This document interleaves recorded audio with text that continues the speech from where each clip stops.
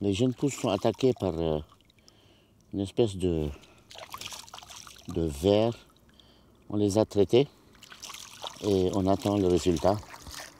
Donc c'est pour ça que je suis venu voir en fait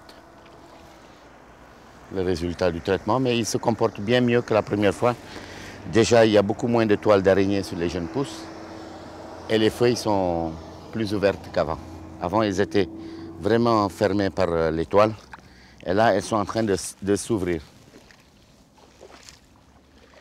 Tu vas filmer les bancs de petits poissons et je vais parler de l'importance de réintroduire la mangrove dans ces espaces dégradés.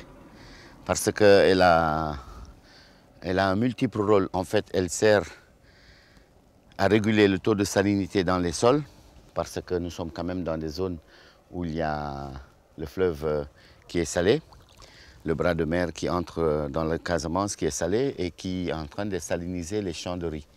Avant, sur cette partie-là, il y avait des rizières et malheureusement, quand on a coupé la mangrove, la régulation des sols ne s'est plus faite et les champs se sont salinisés.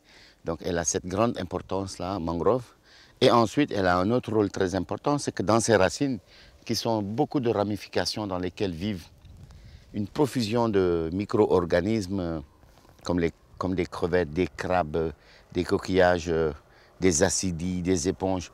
Et cela crée une certaine vie, cela crée un refuge pour aussi les poissons qui viennent s'y abriter, qui viennent se nourrir. Donc c'est des zones de nourricerie très importantes pour le biotope marin et c'est pour cela que la réintroduction est importante. Ensuite, enfin, tout le monde parle de réchauffement de la planète, de coupe abusive.